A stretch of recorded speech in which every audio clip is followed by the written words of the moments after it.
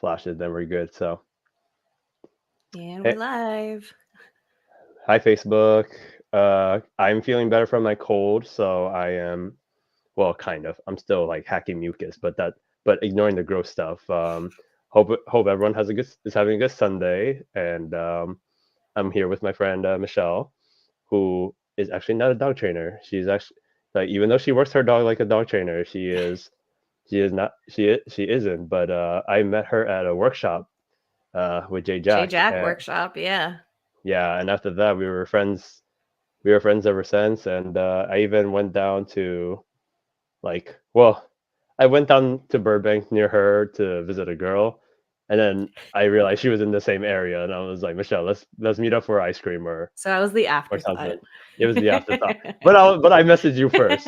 You But I did. I messaged did appreciate you reaching out, though. I messaged you first. I was like, hey, I'm here. I just finished with my day. I was like, hey, friend, like let's meet up. She left me, so I'm like, all right, we're good. So, Yeah. but yeah, Michelle, why don't you give a brief describe yourself, where you're at, what you do, and yeah, and then after that we'll just go from there. Yeah. I appreciate you saying that I train my dog like a dog trainer. That's a huge compliment. I am Michelle Chu. I'm the founder of Konos, which is sleek and functional dog training gear. I'm based here in LA. Actually grew up in the Bay. I don't know if you knew that, Kevin, but I grew up in San Francisco, I like think you did tell. in the I think city. you, Yeah. yeah, I think you told me. I think you were and then I was just like, oh, cool, and I was like, that's when we had a conversation. So Yeah. You're like, that's why this girl's so cool. She's from the Bay. Yeah, I'm based here in LA. I make my leashes myself, and it's actually been kind of a journey to get where I am. So, to kind of back it up a little bit, I guess to back it up a lot, I my company is Konos, Konos, and it is named after my dog Kono, and I adopted him in 2018. He's an American Staffy mix. So he's American Staffy, Mastiff, Chow Chow, German Shepherd. Can you tell I did the DNA test? And I adopted him from the Inland Valley Humane Society. So he was a stray in Pomona, just wandering the streets. When I saw him, he had just gotten into the shelter. So I actually had to wait a couple of weeks to see if the owner showed up to pick him up. And I was calling the shelter every single day and I was asking, is he still there? Has he been picked up yet? Is he still available? And so finally, after 2 weeks, I went back and he was still there. So I brought him home with me. And then he was my first dog. So I feel like, even though I'm not a dog trainer, I feel like my origin story of my company is very similar to a lot of dog trainers, at least a lot of the stories I've heard, where they started training their dogs, they started their dog training business because of that one dog, because of that one dog with behavioral issues that they were kind of forced to face and to work on and learn from. And so that was kind of my story with Kono. When I brought him home, the first the first couple of months were rough. The first couple of weeks, especially when I was trying to crate train him, he broke out of his crate. Luckily, he didn't injure himself. He broke out of his crate. I remember feeling like I could never leave my house again and that I just had to stay at home with this dog and I couldn't bring him anywhere. I didn't know what to do. He was my first dog. And then I think I want to say within the first 3 to 4 months, he started showing signs of reactivity. And I had no idea what the fuck this was. I had no idea how to deal with it. It was very isolating for me. So we would walk down the street and I'd see another dog coming and cross the street and he would still lose his shit and just go crazy. And it just made me feel like I had to just stay home. Like I didn't have the support at that time that I needed as a new dog owner. So I think about a year and a half goes by after he started showing signs of reactivity after those first few months. I started diving into training and just learning as much as I could. And I think like a lot of people, I started kind of more on the positive reinforcement, purely positive end of the spectrum. So it was a lot of using treats, which thank God he's treat motivated. He's food motivated. So it was a lot of just using treats and trying to redirect him into doing something else. And a lot of that just wasn't working for him. And so that's when I found a community of other balanced owners where we were able to support each other. Shout out to BOGC. And it was just it was the community that I needed. On Instagram is where I found them, on Dogstagram. And that's what helped me to kind of start diving into building the knowledge that I have now and that I continue to seek. So Mhm. um, we started working with trainers, and then in 2020, in the middle of the pandemic, I decided to launch a dog treats business. So I initially launched in 2020 as Kono's Kitchen, and then I don't remember if it was 2021, I think it might have been, where we went to the workshop. But I remember I did bring some of my treats there as well to sell. Oh So yeah, I had that.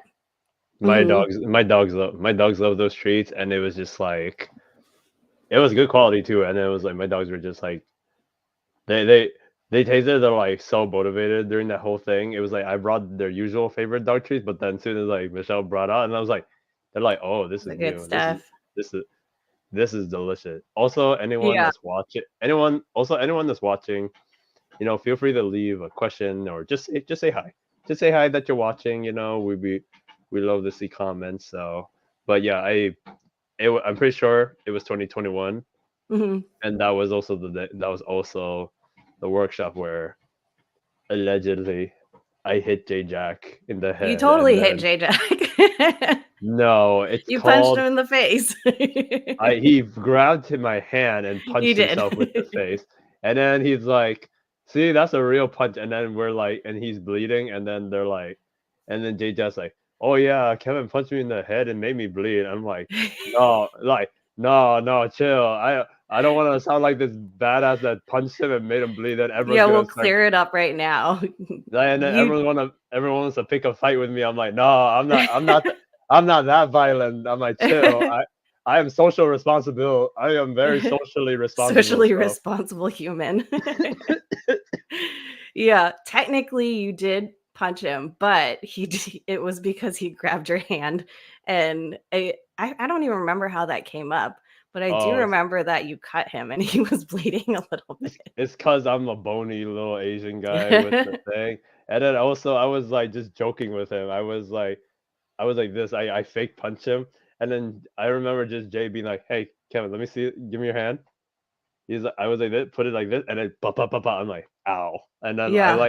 I felt like I punched a brick wall. It was just ridiculous. So, like my hand was vibrating Oh man, I at the bet. end of it. I was like, "Oh my god, no!"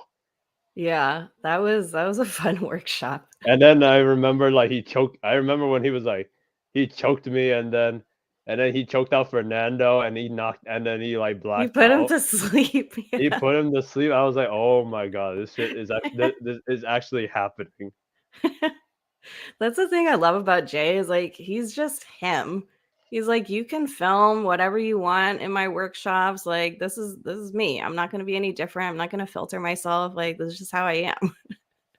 For real, no, I love it. I mean, after my first workshop with Jay, 100% people were noticing that I swear and curse way more after J Jack, and they're like, "What happened to you, Kevin?" I'm like, "It's called one dog trainer. I like one dog trainer, and he cursed a lot, so I'm gonna be like him." So He corrupted you.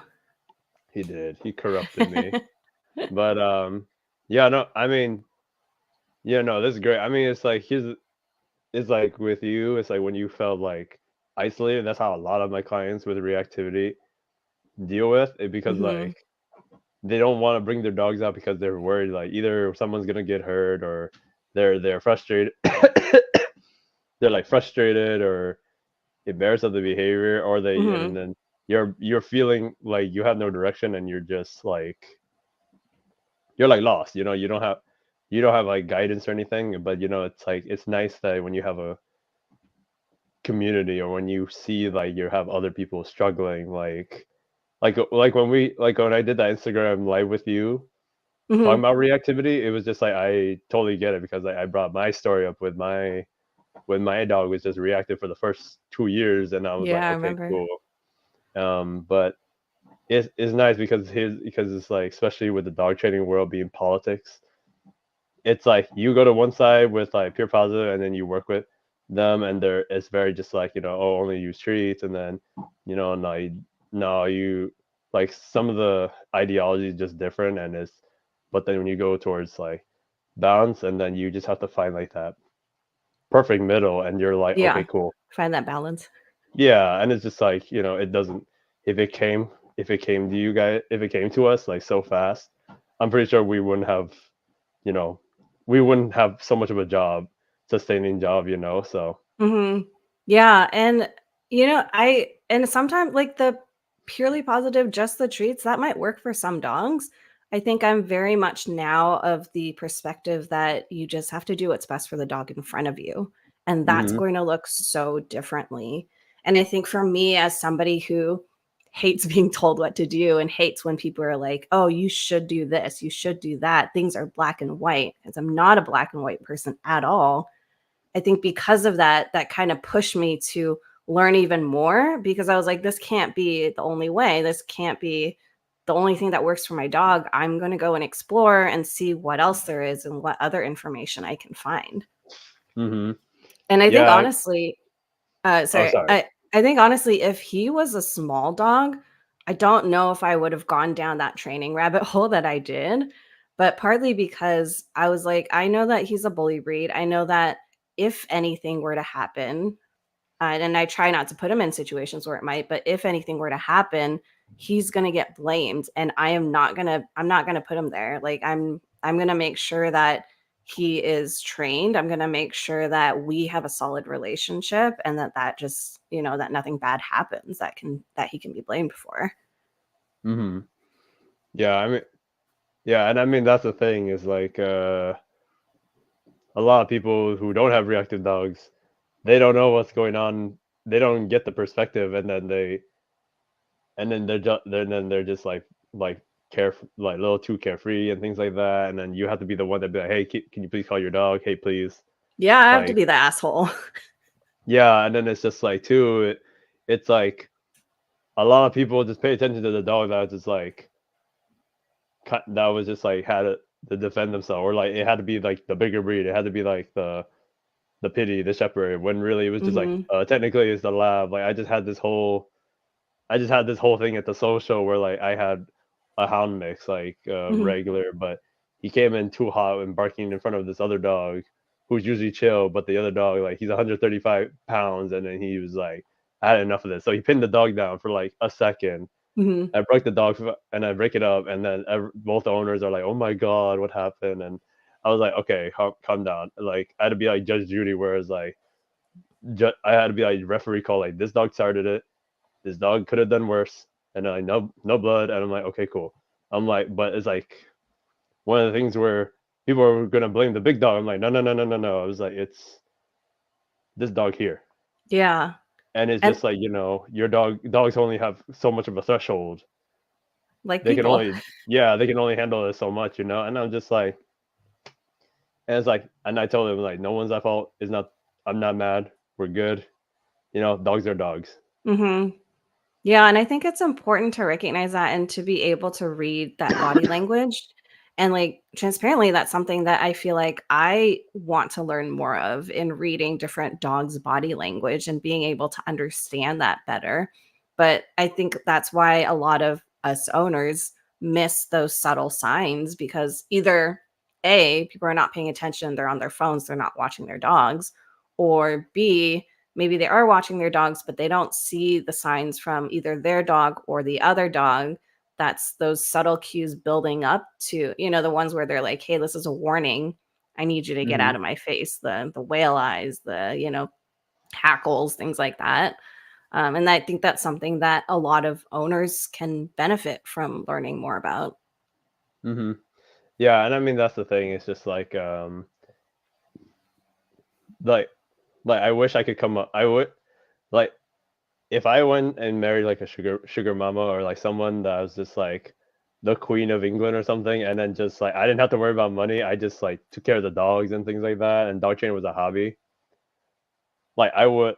I mean, there's different like actually there's one I'm doing this course with my mentor, and she has like this a body language evaluation thing on Hmm. her thing that her clients she gives her clients so then people so they can watch, and it's so simple that they can describe like forward dogs with tail up and things like that, or cautious, and like the kind of personalities and things like that. But like if I had the time, I would love to make a program where it's like, okay, here, like when your dog does this, or when he's stiff like this, or when he's wagging his tail like this, does not mean he's happy or something, you know.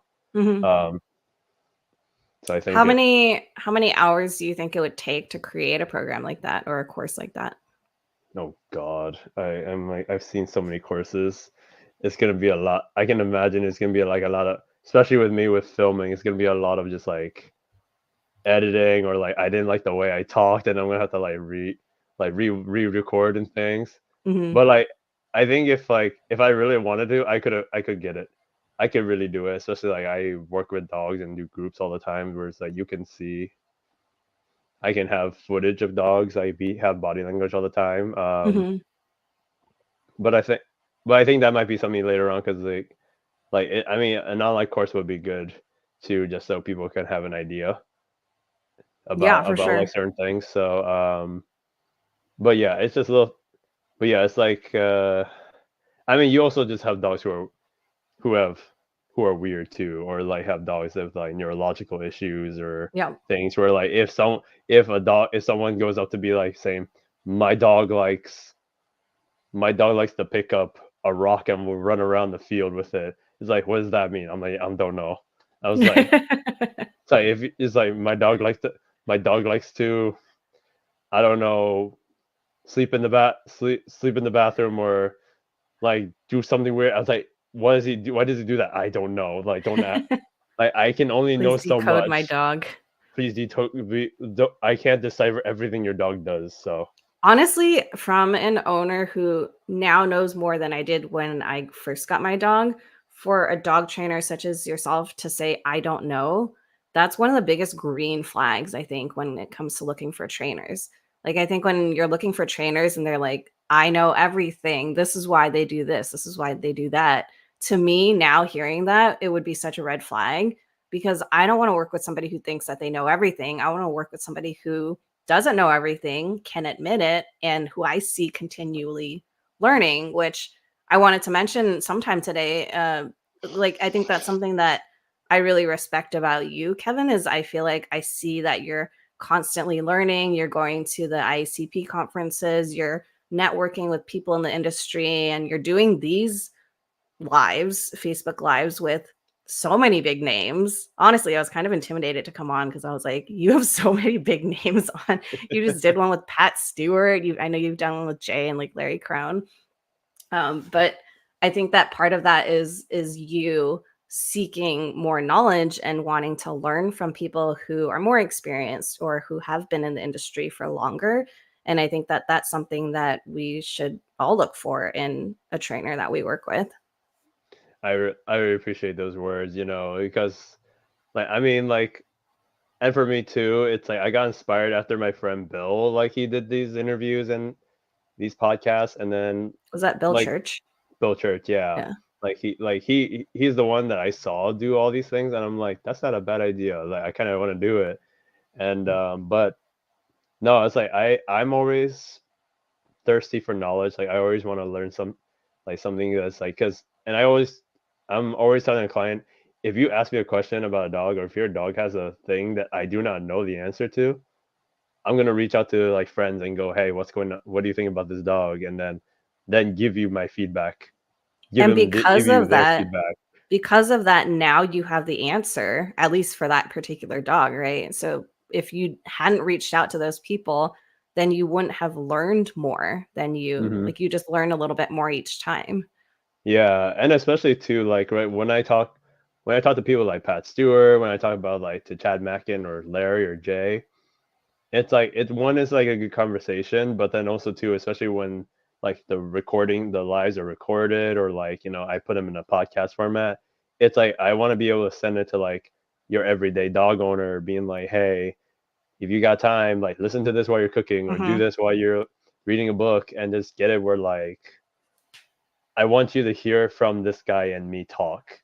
Like, there's no videos of me working with a reactive dog, or there's no video of us doing like any fancy stuff. It's like we're just talking about like why does a dog do something, or like going deep in detail. And then like I have people watch my videos and they're like, they're so like educated, and they're like, we love those videos. Yeah. Um, and so that's why like for me it's like is educating myself, but I did it more for just like I want to be able to send this to like my clients and be like, hey, watch this, learn from this, and if you want me to say this to you again, don't ask me in person. Rewatch the video because I was like I do not want to repeat myself like 20 times. You know what I'm saying? So I was like, it's That's a like not. smart business move because it saves you time. Yeah, I'm like I'm trying to work smarter, and I was just like, no, you go. I was like, no, we just went over your reactivity thing like last week, and you have a question or like you're not sure what to do. I'm like, rewatch the video, and then like if you're still having trouble, then hit me up, and then we'll help you out, right? But I want to have it where like it was just more for educating people like out in public and things where it's like, okay, cool, we're gonna talk about these little focuses and issues. So when I have Mhm. like a fearful dog, I'm gonna send this video about fearful dog. Or we're talking about a reactive dog, I'm gonna send you this reactive dog. And Yeah. like I like to categorize it. So like if you have this issue, cool, watch this. You have this Mhm. issue, cool, watch this. And like I love the conferences. I have a fun time, like just networking and just making more friends. Like that's the thing. Is like I think with this industry, you're either like you're either trying to dig yourself a moat around you and you're just a small little castle, or you try to or you build bridges to connect more and you have a bigger like you have a bigger kingdom in the sense of like, okay, like I have a friend here in Texas, I have a friend here in Florida. If people move somewhere, I'm like, okay, I know a friend in Texas you can go to.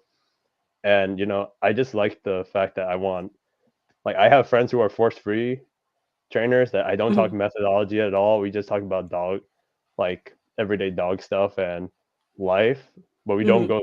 we don't talk about methodologies, but then like, Why not? because I mean, we'll talk a little bit. I mean, we do talk about it, but I'm not the kind of trainer that's going to be like I'm not the trainer that's going to be like, no, e-collar is like the Mhm. best, or like, oh no, pinch collar is better. I'm just respectful, whereas like if it works for you and it works for the dogs you're working with, Mhm. like for sure. Because I'm doing the same thing where I'm working with with my clients' dogs, and I'm doing what's best for them. Mhm. And then you're respectful of me, because and then I didn't tell you this. I had like a force free trainer email, like come reach out to me Mhm. and was like, I want to refer clients to you, but then like had this whole interview with me, like called me on the phone and was like, what's your methodology? It's like, oh, it's like I would like you to be pure positive before I start sending you How did they clients. find you? Website, Google. So they just randomly found you and wanted to refer clients to you without knowing anything about you or how you train dogs? It was that's why it was like she sent me a long email just talking about it. Like they wanted to know my method. He wanted to learn like what are my certifications and things like that. And then like afterwards, she's like, "Oh, let's set up a phone call to talk." And as soon as she started asking questions. I was like, "Okay, now," I was like, "I see where this is going." Mhm. But then I was like telling her too, whereas I said it depends on the dog. Some dogs I'll use like I said, most of the dogs I'm using like a lot of reinforcement, but then here and there like a correction or like a little bit of a like a tool or things, right? And then Mhm. she's like, well, he's like, I don't think dogs need corrections or tools. I think dogs need time and yada yada. And then he's like, and she was just like, yeah, I'll offer you to shadow me for like a little bit so you can be force free too. And I'm like, listen, I learned from big pure positive trainers too, like Richard Stewart, Michael Shikashio, and like all those big names. And I Yeah. incorporate what they do in my training. It's almost But like religion. It's like she's like, "I see you going down a dark path. You're on your way to hell. Why don't you shadow me and I can bring you back to the light?" they're like you're going down the devil's route. You need to come back to the you need to go back to church. You need to go back to church and we'll baptize you again.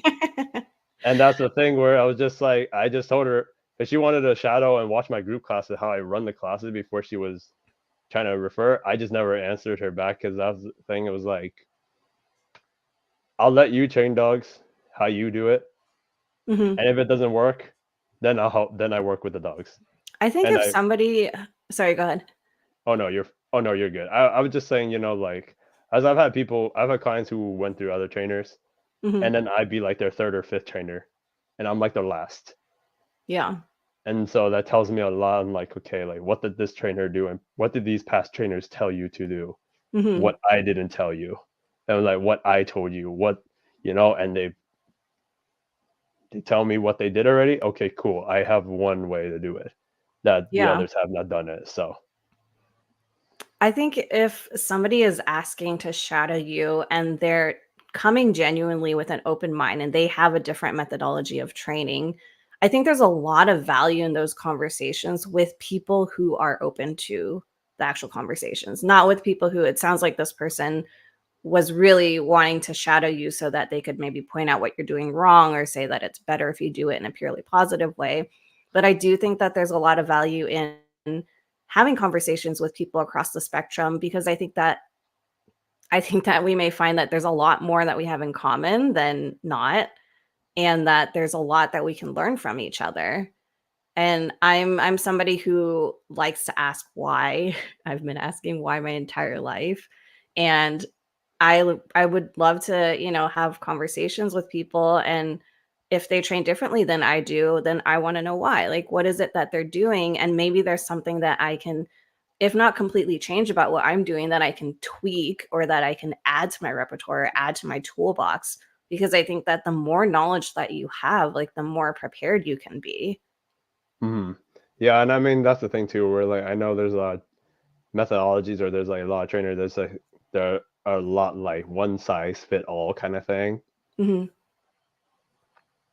But Yeah. that's the thing. But that's the thing is like I'm not that kind of guy. I'm kind of like the doctor that had to be like, okay, I'm gonna prescribe you with this and this, instead of like I'm gonna prescribe everyone trazodone. Every single dog is gonna be just like, I know Yeah. I meet the dog in front of me and I go, okay, cool. I'm gonna suggest a harness right now, and then later we can do a different thing later. Or I'm gonna be like, okay, cool. He doesn't like. I'm gonna let this dog roam around on a flexi to get Mhm. him to enjoy being outside on a leash, and then we put him on a 6 foot later, or like just something that's like every dog needs something different for accommodations, and then like I make the right call. I try to my best to make the right call, and if it doesn't work out, I go back to the drawing board, be like, okay, cool, let's think of Yeah. something else. But was I it think was that it?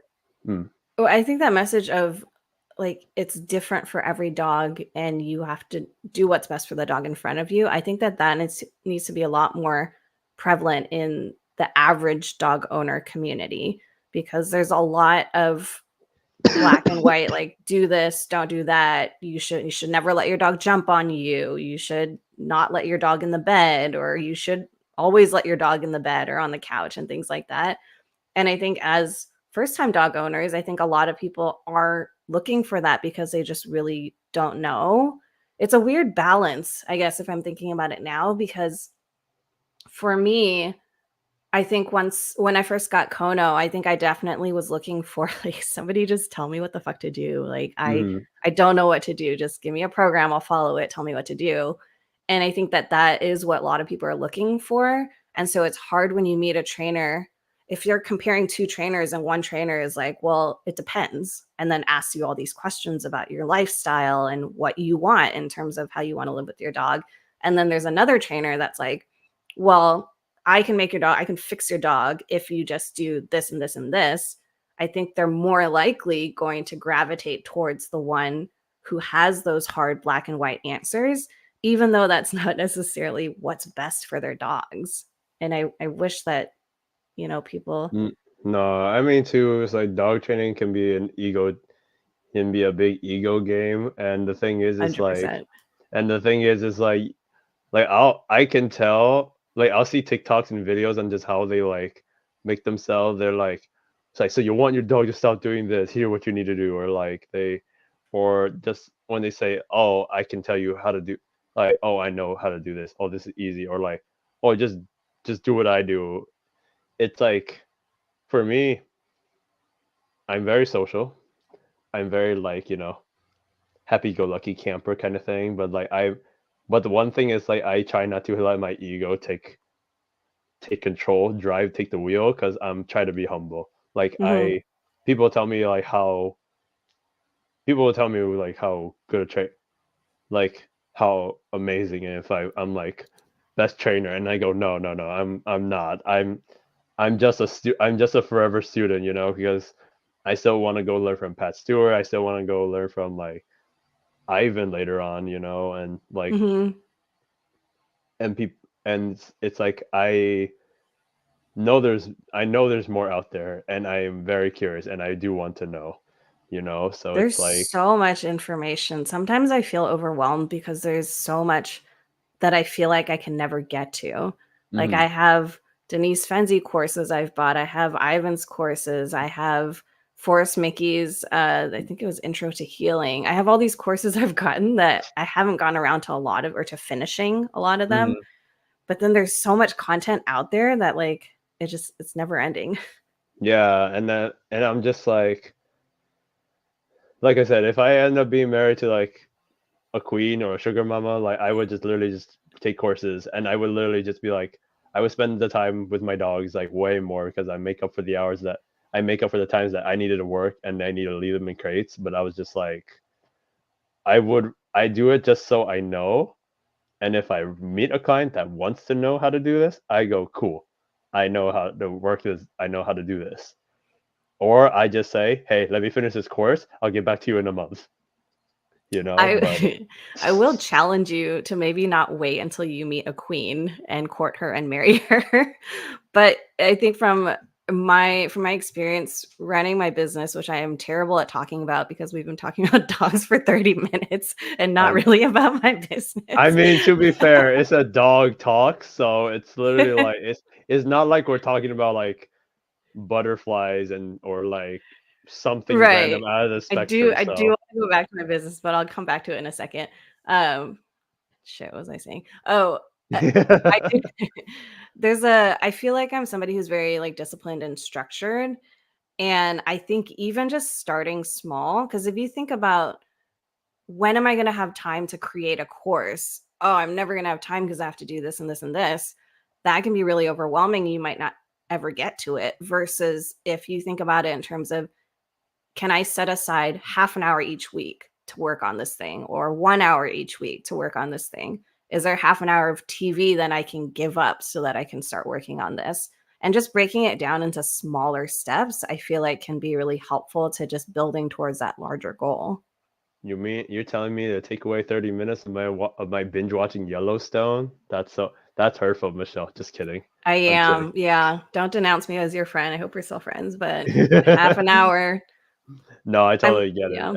And yeah, like I mean, I'm learning Chinese this year. Like I'm on Duolingo, and the minimum is like 3 or 5 minutes. And so like it nags me, and I'm like, okay, cool, I'm gonna do it. And I'm 128 days straight That's of awesome.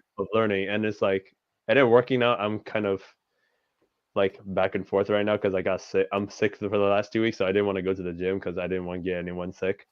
Mhm. But I'm always just like once or twice, if not minimum one, so then I can keep I can keep myself up to date and all that. But That's 10 hours. I had to yeah. do the math on my laptop because 'cause I'm bad at math. But that's 10 hours of Duolingo because you've done 3 to 5 minutes each day. Hmm. It adds up. Yeah.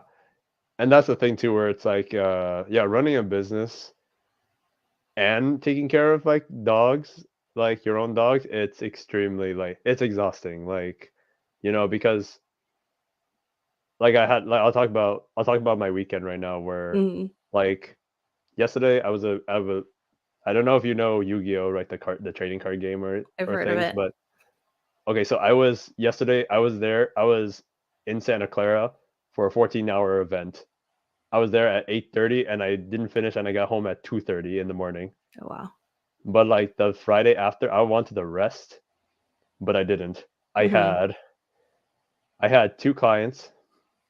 I went to test shelter dogs, and then I went to pick up a dog from from a kennel and bring it back to my friend's house. Mhm. And then I still had to go home 6 o'clock, pick up my dogs, take them somewhere to run and exercise them, and then come back only to eat and shower at 9 o'clock. Yeah. It's tough. It's tough So finding that balance when you run a business. yeah, but I always making a point where it's like, my like I exercise my dogs at least like 4, 5 days a week. And then two Mhm. days is like they can rest. But that's the thing where it was just like, managing all that, but then also having it where like if you especially when you're your only employee right now, Mhm. if you stop, the flow stops and Yeah. then it's extremely stressful for you. And it Mhm. just makes you like not rest and then you overwork and you might lead to either burnout or you'll get extremely sick, Yeah. but it's like especially where you're not it's not like a 8 to 5 like paid job where you're guaranteed like insurance and all that. You're like, you literally got to figure everything out with like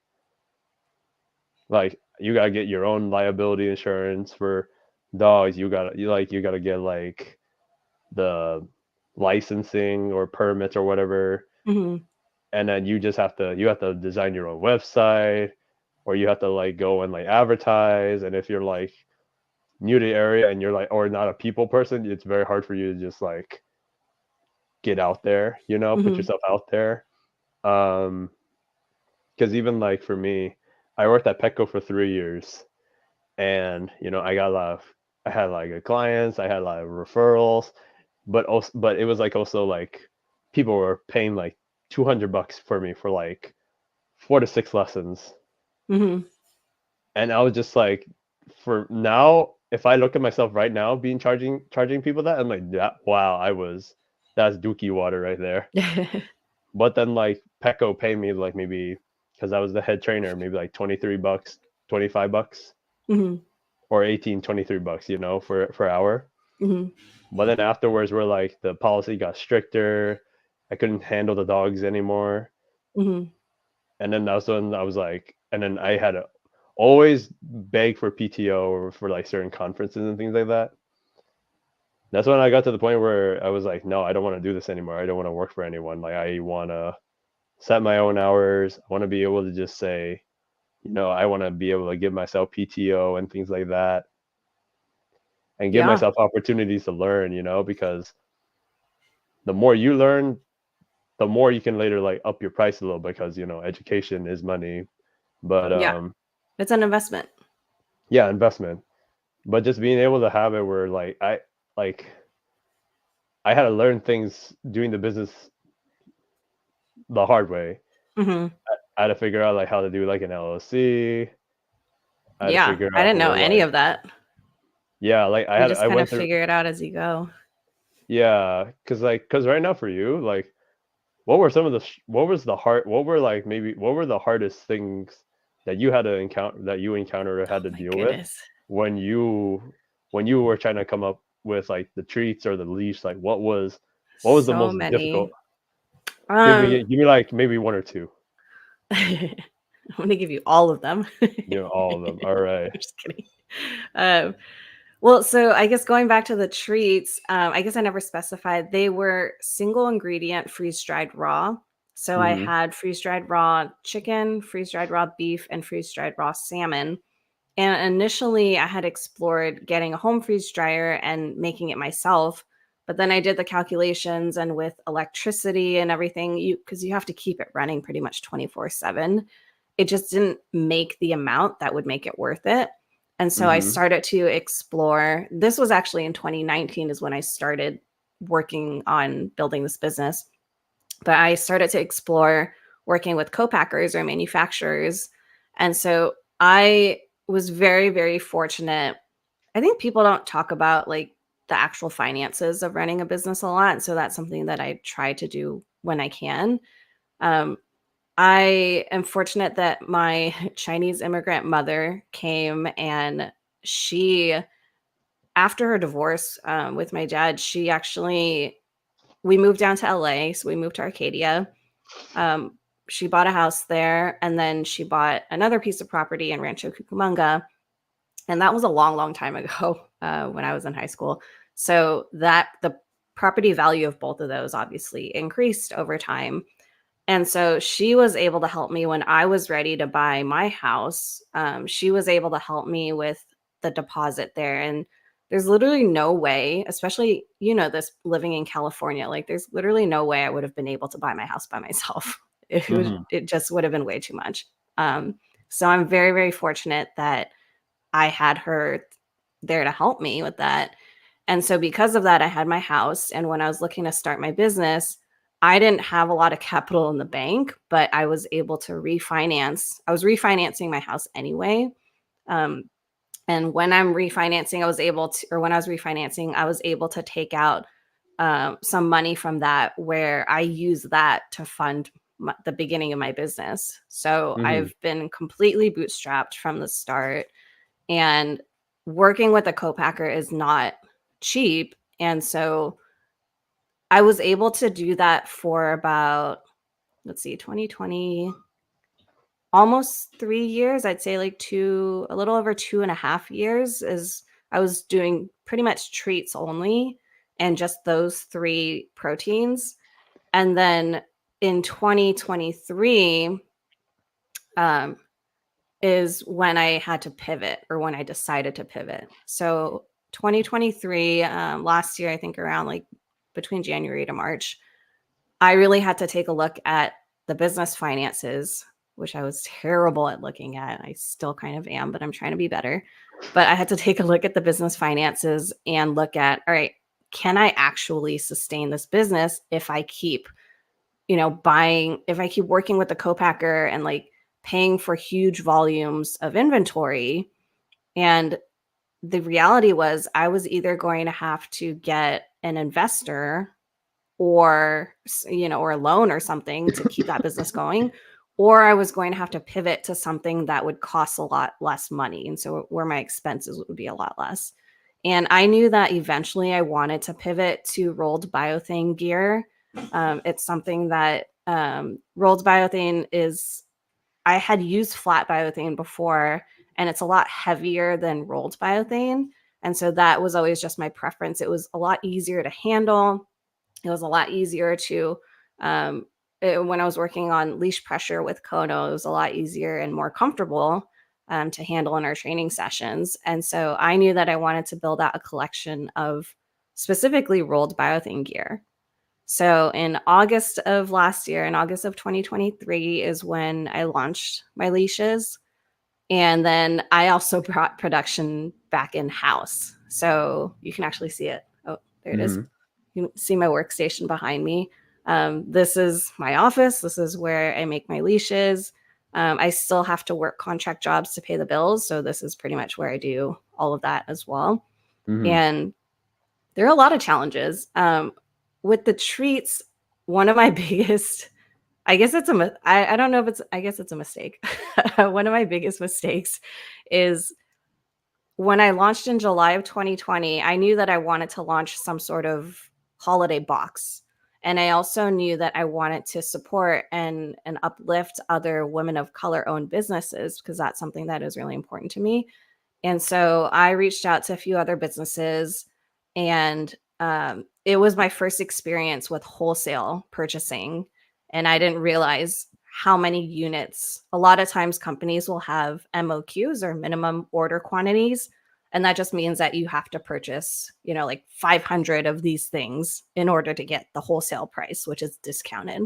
Mhm. And so I spent pretty much, I think I spent $25,000 on purchasing inventory for these. I had 500 boxes I was going to sell, and I was going to donate a portion to local rescues with each box sold. And I had this all planned out, and I was like, 500 is nothing. I can sell 500. And Hmm. I ended up selling about 25 to 30 boxes that holiday season, and I think at least 5 had to be my mom that bought them. So it wasn't all, I didn't sell 30 boxes to the general public. And that was something that was really tough because I'm still sitting on a lot of that inventory. And that means that a lot of my money is still tied up in that inventory. And so that's something that has been uh, a really big lesson for me in starting smaller. Hmm. And that's been hard because I'm somebody who's like, I have these ideas and I'm like, go big or go home, like just do it, we can figure it out. Yep. And Yep. that was not so much the case with my holiday treat boxes, but I learned my lesson. So I think I want to say I applied that to starting the leash part of my business. So when I launched my leashes, and this was a complete pivot. So I sunsetted the treats. I wasn't selling them anymore. I was just selling the leashes. And the reason why I wanted to do that is because I could do it like made to order. So when somebody orders a leash, I'm hand making that leash to that specific order. It's not like I have, hundreds of leashes made and I just grab it and pack it and ship it. I'm actually making it each time someone places an order. And the advantage of that is that I don't have to have as much like materials in stock. So I have as many materials as I need for the orders, and if I need to order more, then I'll order more. But that's helped to save a bit of money and hopefully keep me going for a little Hmm. bit longer. And I think the other challenge has really been brand awareness. Hmm. So hopefully after this after this chat, I won't have that challenge because you're gonna blow me up. You know I will. But that's been something that is really hard for a lot of small businesses. A lot of people that I talk to, it's just getting the word out there. Like you can have a website, you can have an Instagram, but how do people know about it? And Hmm. so, one thing that I've been doing the past 4 or 5 months, I joined this online group that's been really helpful. I've been starting to run Facebook ads and Google ads and kind of just experimenting with that and seeing how that how that works and how that impacts my business. Um, and I will say that in terms of driving traffic to my website, that has had a huge impact Hmm. because again, how are people going to know about my website unless I run ads and I tell them about it and they see it? And so that's had a huge impact on the actual traffic. And then it's kind of the challenge now is it's up to me to convert that traffic. And I do have a background in digital marketing, but it was more on the web development side. So, kind of being on the other side of it as a business owner and running these ads, looking at my metrics week to week, seeing with my email marketing, like what are the open rates and what are some of the subject lines that are doing well that I can replicate and things like that. Like that takes a lot of time. But those are, some of the things that I'm doing to try and build this business.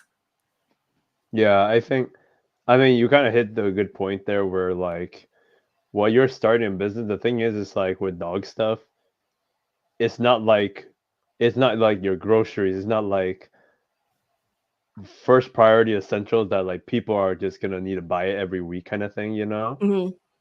And it's like for me, I get paid a good sum, like I get paid a good amount for the training for my lessons. Hmm. But then it's kind of like after that, it goes away so fast between dog food or like I gotta buy food for me, I gotta go get gas and things.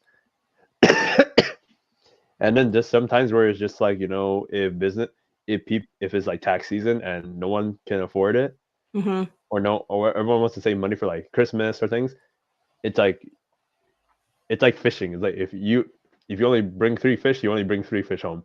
If you Hmm. bring, it's like it's so dependent on like the season and so dependent on like what it is. Like grooming, way more of a business where it's like they could because it's like something you always have to do. yeah, something we always have to do. Training is just an option.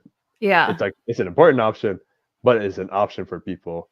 Mhm. And then it's like you always have to do you always have to do other things to help supplement so you can pay rent, you can pay things. And it's like this year I'm learning how to save money, learn how to like financial course. I had a client that gave me like a bought me like a bundle for like this financial course and teaching me how to just pay off my debt so I can actually Mhm. save money.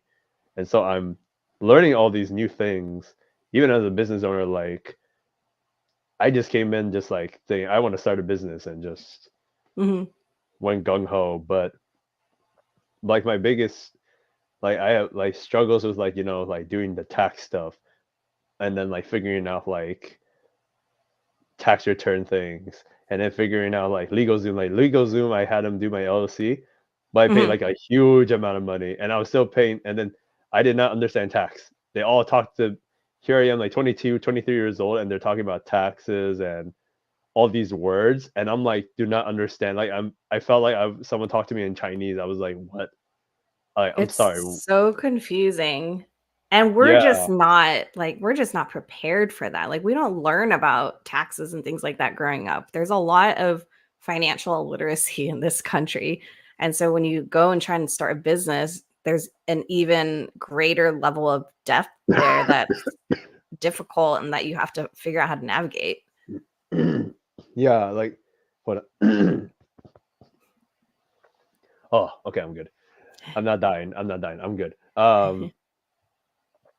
Yeah, that's the thing. It was just like when you get other peers that say you should do this, you should do this, and like me being like a young, dumber me, I was like, okay, cool, I'll do it. But then I did it, and then my mom was like, "Do you even understand what all of this is?" Or like, "Do you know like what you have to be doing?" I'm like, "No." So my mom had to go through it all for me like during that time, and I was like, "Holy shit! Okay, I'm an LLC. I gotta pay. I have to pay every year to You keep my do? LLC." I'm I just mean, kidding. yeah. I'm just kidding. I'm like, I swear, it's like, I pay the yearly fee. yeah. So I'm just like, if I had someone like I wish I had someone to hold my hand, or I wish like if someone was to do a business or start a business, it's like, okay, like you can talk to me. I can tell you what I did or what I learned. Like this is what I learned through the years, and this is what you need to do. Like I've thought about doing something like that. Speaking of setting aside time to do courses or things, I've thought about creating, at least at the very minimum, like a PDF that people could download where it's like, these are the very basics of doing business in California, because it could mhm, vary, right, state by state. mhm, But like how to form an LLC, if it should be an LLC or an S corp, which honestly I'm still kind of figuring out. But setting up, I'm very process and systems oriented. So things I freaking love, like setting up your email marketing system and creating email templates. I use Klaviyo, so creating Klaviyo templates and connecting that to Shopify, or how to set up your Shopify store and things like that, or even the basics of like even wholesale, right? Like that's mhm, something that I had never experienced before. So my leashes are now, and my treats previously, but my leashes are now in several stores. There's actually they're recently up, and I don't think I told you, in Sacramento. There's a facility run by a dog trainer, and it's called Pause and Play Sacramento. So my treats are, or sorry, not my treats, my leashes are up there, as well as San Francisco and my hometown at Maxwell's Pet Bar in Noe Valley. They were one of my earliest supporters when it came to my treats. And then when I pivoted to leashes, they were huge supporters of my leashes as well, which I'm really grateful for. So it was really, really cool to see my products in my hometown. Like that was awesome being here in LA, but seeing that they were up in San Francisco in the city and being used by people in the city. That was really cool to see. But my whole experience of like what I've learned in building the wholesale part of my business, like I had no idea, no idea.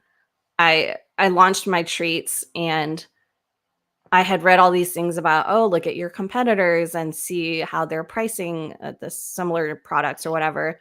And then I did that. And then I didn't realize that if I wanted to get my treats into stores, that there was another level of discounting that that applies there.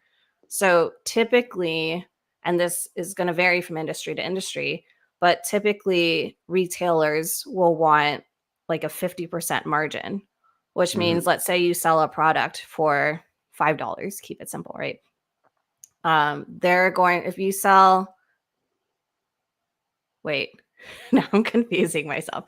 If you sell to a retail store, let's say you sell something to them for $10, they want to be able to sell it to their customers for $20 because they want Hmm. that 50% markup.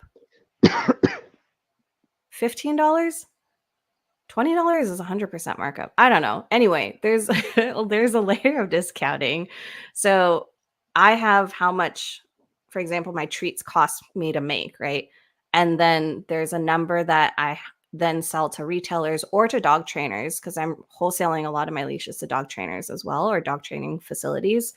And then from there, they and I are selling it to straight to customers for X amount of money.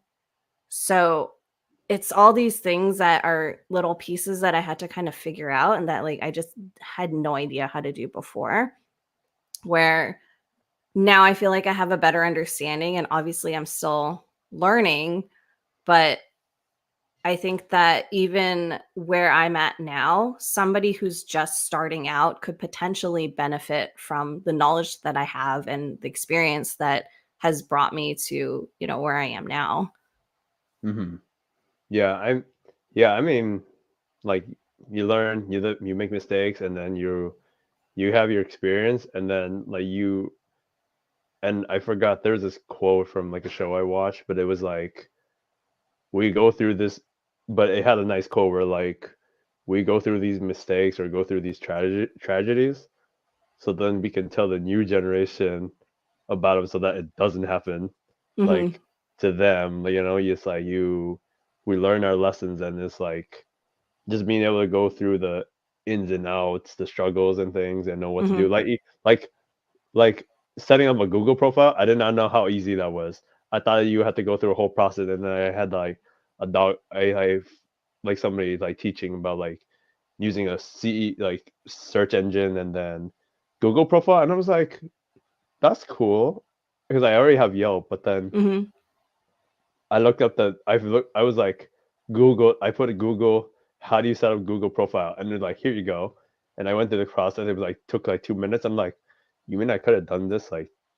I saw you set that up. Google is huge because Google is like the top search engine. I think YouTube, it's good you're on YouTube because YouTube, I think, might be the second um like top search engine. I was like, you mean I could have done this like 3 years ago? I was like, oh my God, I did not know how easy this was. I was like, and then people were like, and I had friends that were like, oh my God, Google profile brought in so much more Mhm. business and thing. And I'm like, I've been lacking on the gold mine this whole time. And I'm just like, okay, cool. Um, But you did but it. but I did it. And I got to the point also too where I also have an admin who's also a good friend of mine who does emails and like website Mhm. managing and then reaching out to clients, because like you can only do so much, like because when you're one person, you literally have to do everything, Yeah. and then that's when you're not a dog trainer, you become a business owner. um which for me it's like I just want to be able to teach the dogs, Mhm. but now I have more of a business idea, and I used to be a waiter, so I also like understand like feedback and customer service and things. Mhm. um but that's the thing where a lot of people don't have that kind of background, and people have to learn it the hard way. And Mhm. you also have the introvert, you also have the dog trainer who don't want to work with people, they just want to train dogs. And then you're just like, no, you got to learn You're how to like, talk that's to not people. how it works. He's like, you got to learn how to talk to people. You Yeah. don't talk to people, they don't give you money. So um just being able to like go through that and then seeing where I am today, because I think this year is like year 7. Hmm. for me in business. That's awesome. Yeah, it was like 2017 I left Petco and I started the business. And it's like 7 years now, and I had to make some different changes too, where I keep telling people I don't do board and trains anymore because I was burnt out Hmm. and my dogs were burnt out. And but that was when like I was being paid like 3,000, 2,000 for dogs. Hmm. I wouldn't worry financially, but now I'm just like because I only do single lessons, I do like private lessons and group classes. But it's like it's also good for my sanity. It's good for my mental health because Hmm. I was not as I wanted to be the trainer that did everything: board and train, day training, uh, group class, private lessons.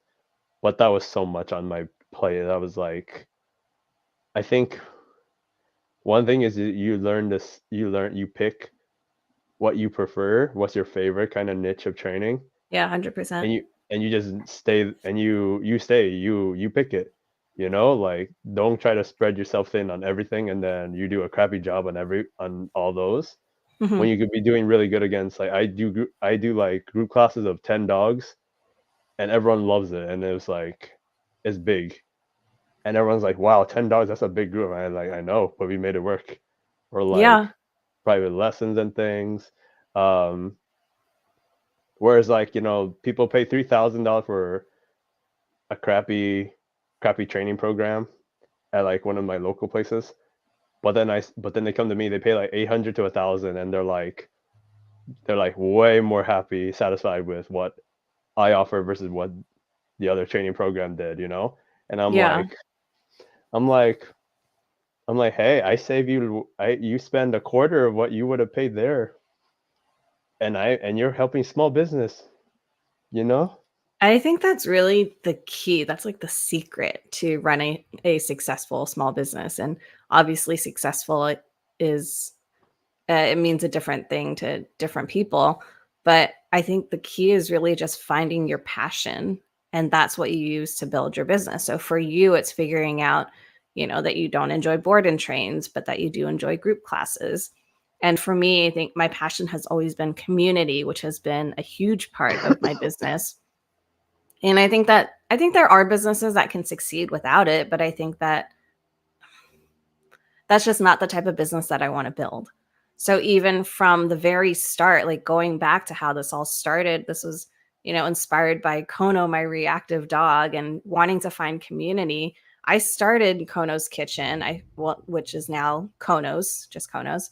But I started this business because I wanted to build a community for other people who felt the same way. I wanted people to know that they weren't alone, and in a lot of my early content, I was using my treats. And even now, I'm using my rolled biothane leashes to show my relationship with Kono and to show us training and working together. And also to talk about a lot of the challenges that we face when I have a bad day and a dog surprises us and he has a huge reaction. But then I'll talk about, how his recovery from that is so much quicker than it used to be. And, being able to just focus on that and focus on those wins has helped us a lot along the way. And so I really wanted to build this as a community for people who, not just for people who had reactive dogs, but just people who wanted to do more for their dogs. I wanted to empower dog owners to build deeper relationships with their dogs. And so that's something that is a huge part of my business. It's not just treats or leashes or just leashes now. It's building this community for people where we can support each other, where I can collaborate with other businesses because I strongly believe in collaboration over competition. And I think there's a place for everyone. Kind of like how you were talking earlier with the dog trainers is you expand your network because everyone, what is it? What's the saying? A rising tide lifts all boats. Everybody wins, when you Hmm. support one another. Yep. And that's something that has always been really important to me when it comes to running a business and that I've always been really passionate about. And I think that that is the reason why when I pivoted from treats to leashes, I pivoted with a community. And so I'm very grateful that when I started making my leashes, I didn't have to just start from scratch. I had a community there who was like, yeah, like we fuck with you. Like we're going to roll with you. Whatever you're doing, however you're pivoting. And it's because they resonated with my brand. They resonated with the idea of community. They were a part of my community. And that's something that I'm going to, continue to build upon. Yeah, I mean that's the thing is like at the end of it, you need to figure out what works best for you because it's like, it's taxing mentally and Hmm. then mentally makes it physical and then it's just like it's definitely, when you're the one making the tough calls, Hmm. but you have to do what's best for, me. I mean, there's just times where like when I have days off, I try to make myself give days off. I've been a little bit bad just because like I need a business to be picking up. So then I took like maybe one or two clients on my day off. But Hmm. then literally I'm like most of the time I'm like, no, I do not want to work dogs. I just need a break. I need to veg out. So then Hmm. when I do work my dogs or people's dogs, I'm at 100%, But like um that's the thing where it's just like you have to make those calls that's like, hey, no, I just can't because if I do it, I don't want to push myself thin. And then also the other thing is, you know, like I have clients from like 6 years ago still support me to this day. I'm Hmm. super grateful, and it's like I could be, I could be doing anything, and my clients still support me. And even like I've had clients who have babies born around the time, and they bring them their pack walks or dog socials, and it's Hmm. like their kids are just involved with me too. And I'm just like, you want it's like just having that kind of support network, and then because without the clients, like if you without the clients and the networking, there's no way you can get as far, Hmm. like because I've made friends with my vet, I've made friends with like uh another dog training business or two, dog walkers, and they'll give my cards, they'll mention me and things like that. Yeah. Um, so it's like, and then I mean, I'll also do it too, where hey, if you need a dog walker, I know someone right here. Hey, if you need leashes, I'll send you this link. Hey, if you need pinch collars, I'll send you the link here. And then I want to have a handout later Hmm.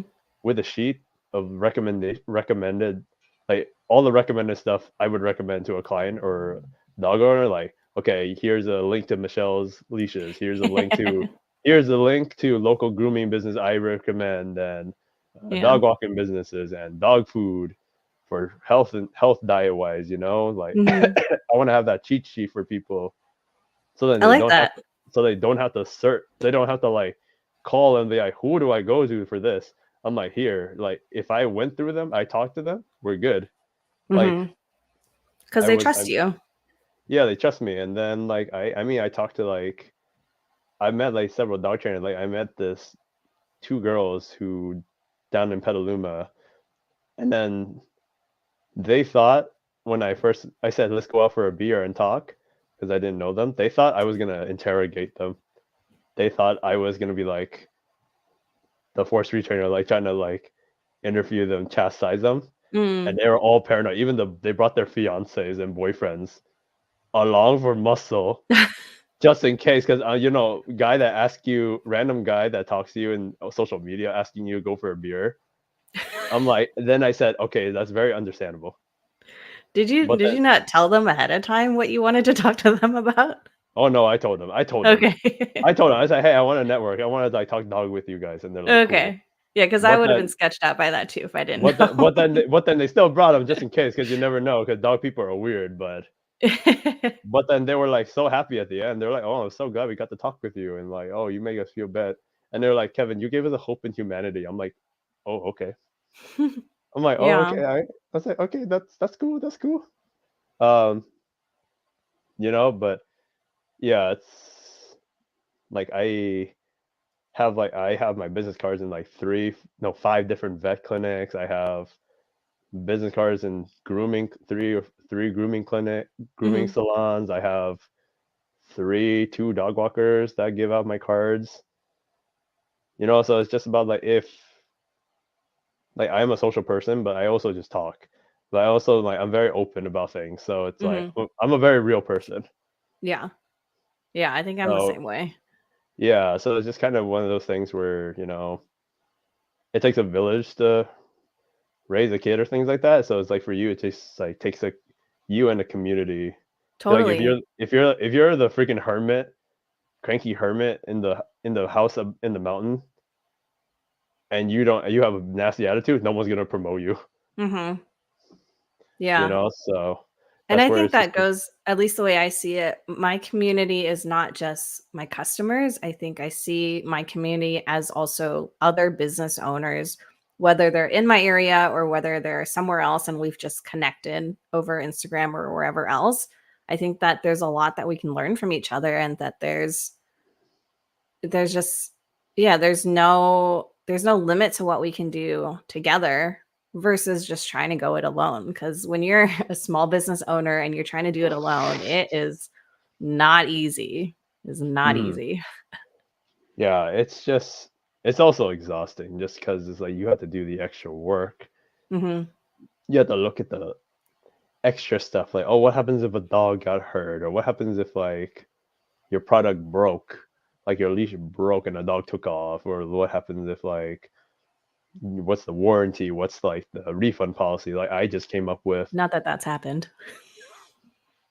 I came up with like a cancellation fee and a refund policy because I had people that were like halfway like I do like a payment plan, like you throw 60% and then the rest pay later.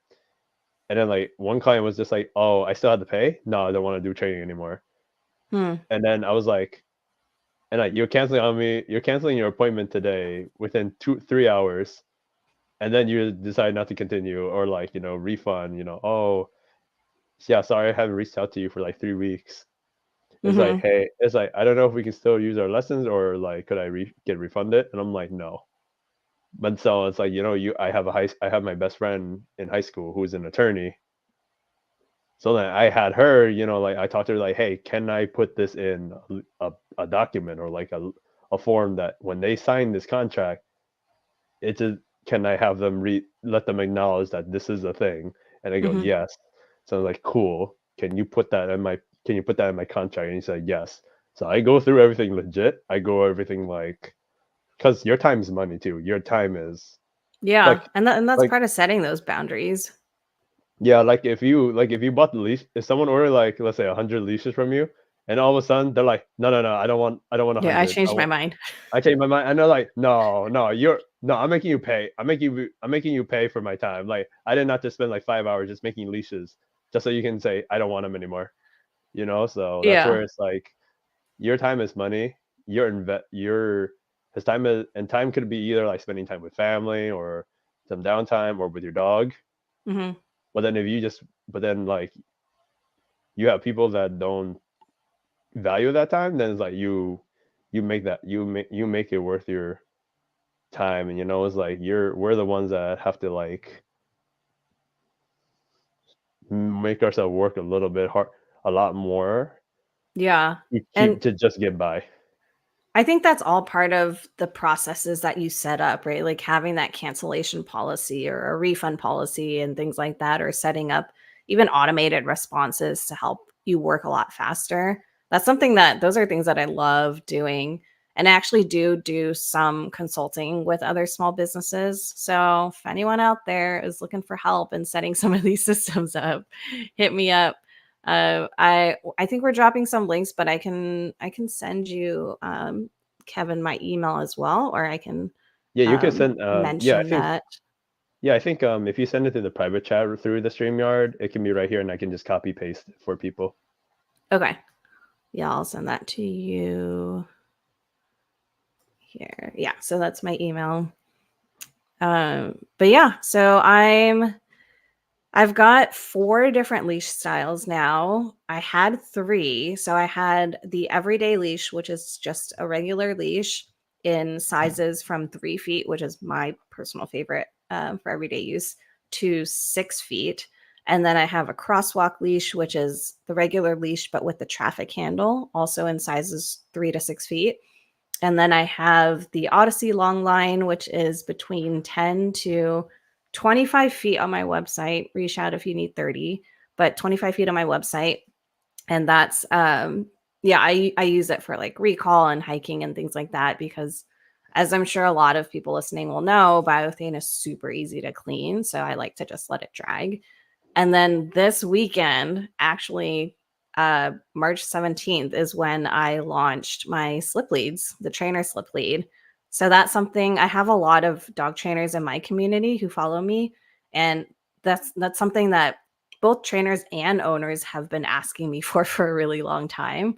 So I spent a lot of time sourcing and designing a custom stopper because I wanted something that was going to be secure, and Mm-hmm. I've used a lot of slip leads in the past where the loop gets really loose because the stopper keeps going up and down and it's really hard to use. And so I wanted something where that stopper was going to be really secure on the biothane, which it is. Mm-hmm. And then I also spent time on a couple different iterations of the design. So I am super excited. Those are now available at my website shopkonos.com. That's shopkonos.com. And then I think, Kevin, you're going to drop some of the other links as well, right? Mm-hmm. We're gonna do it right now, and Sweet. then. But yeah, I think that's the thing where I think just having good conversation like this is like people can understand. Like, I mean, like for some of the chats, it's very like people are like it's like very relatable for people, and it just being it's also just feeling like like we're not alone in this whole thing. We're like we are like a lot of people can relate to Hmm. things like this. So, And oh, this was. that's the thing about community, right? Is like with reactivity, I felt so alone. And then I met other people that were dealing with it and we talked about it. And I was like, oh shit, I'm not the only one going through something like this. And I think similarly in business, there's a lot that you go through that's really tough to handle by yourself. But when you talk to other people, either they can empathize, they can understand because they've gone through it, or they might have solutions for you. Mm-hmm. Oh my God, this website nice. My This website? website, yeah, this website is Oh, nice. Hold thank on, I'm gonna you. hold on. I'm gonna see. I built it myself. Hold on, I'm gonna let me see if I can. Oh, I can. Let me show the screen. This is actually sick. You see? Oh, okay. Thank you. Yeah. Yeah, I see it. This is the first time I'm doing the screen share like this. This is really cool. But look at this website. My God. Look. That's Okay. Kono. Okay. I might need to talk to you about like doing something with my Yeah, website. yeah. This is legit. Like look at the presentation right here. Thank you. And like I especially the video right here, and I was like, there's Kono right there, and Mhm. that's actually cool. That's really Yeah. Yeah, the video is awesome. It was shot by my friend Isabel of, I think she's going by Canine Cam, but she does a lot of shooting for working dogs. So she works a lot with um, clubs around the area and shooting for them. so what you're telling me is I need to visit you, and then we need to make an appointment to bring my dog, and then Yeah. get set up a meeting with Set up a shoot for this sure. shoe for me. So I say less, say less. So, but yeah, I think this is. I mean, this was nice. It was just like it's nice to relate to small businesses and like just dog people in general, where Hmm. it's like you're like I'm not alone, you know. Hmm. So it's nice. But in any case, in any case, I could I talk think about this. dogs all day. I And know, yeah, this is a I really know. fun conversation. I can't Like talk about my business all day because I'm really bad at self promotion, but I appreciate you giving me this opportunity to share a bit about Konos. for sure. So I mean, who knows? We might need part two because I think so. I feel like we can talk about this way more. But Yeah. in any case, I have we both have lives. Give or like if you believe it or not. So we gotta wrap it. We're gonna wrap it up right now. But um, for people that liked, or maybe if you have a question, you could leave a comment below, or if you want to message us directly, let us know. Let us know. And if you need like leashes, or if you need like small business consulting, like Michelle legit. I mean, her website tells you the proof. So, Thank um, you. but also happy St. Patty's Day to Happy everybody. I St. think Patrick's Day. so, but I think Michelle and I are gonna wrap up. But hope everyone has a good rest of their Sunday. So Yep. It everyone was have a great good talking to one. you. Yeah. Well, I'll talk to Facebook. I'll talk to y'all. I'll put the live stream for our next one later this week. So have a good one, guys.